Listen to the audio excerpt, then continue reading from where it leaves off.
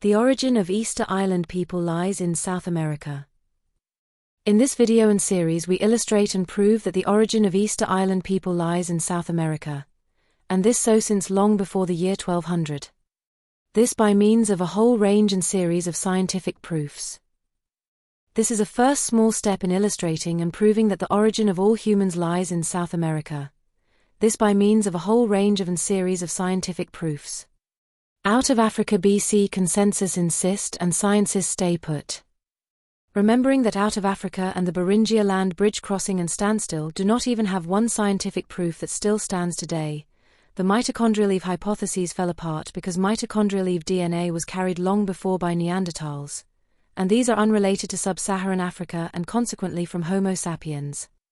What is now left only as the consensus claim are their extremely improbable hypotheses, that still are considered true by the general public, only so because the fact that consensus insists their hypotheses are true, this despite all the evidence against their ever more improbable hypotheses. At the same time, close to all scientists stay put, and prefer not to argue with consensus. This is extremely sad for any serious scientist. 1,200 years ago Polynesians arrived in Easter Island. As late as 1,200 years ago, which is at the time East Polynesians arrived in Easter Island, a feat that is proven and confirmed by consensus itself. The megalithic builders replaced by modern humans. Megalithic structures in Polynesia, Oceania, Easter Island, and South America are unexplained without a much earlier out of Americas. Nowhere, or near to nowhere, in the world megalithic structures were still built after 4,500 years ago, and certainly not after 3,100 years ago, simply because of the fact that, by that time, globally all the megalithic builders already were replaced or absorbed by so-called modern humans, and all megalithic builders consequently had become kind of archaic. South America influence and genetics spread to the world. Further we will illustrate and prove that a. The same South America influence and genetics also spread to the rest of the world, initially so through the Pacific Current, which is the main propellant factor of the Austronesian expansion, as well as b. That the ancient Americans and their later descendants were expert navigators, able to calibrate their extreme ocean navigation onto due or rather exact east and exact north. Megalithic sites, orientated to the exact east and or west. As you probably heard, and have seen evidence of, constructions of what are supposed to be megalithic temples, Stonehenge, megalithic sites, etc., are unexpectedly well calibrated and or orientated to the exact east and or west. This is so, because if they weren't, the above structures and monuments wouldn't be able to capture and project solstices, equinoxes, etc., and we know very well that surprisingly they still do so today. An example of such orientation is Karahan Tepe, but similar examples are very numerous and across the world.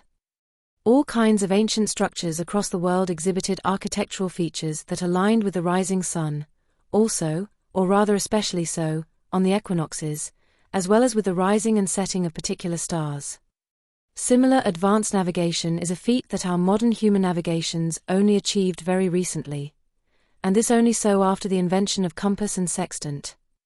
But it was only in 1757 that John Bird invented the first sextant, until GPS became the standard, and until then, our navigators still very much needed the aid of large numbers of lighthouses, radio beacons etc., this so until the first GPS assistance only a few decades ago.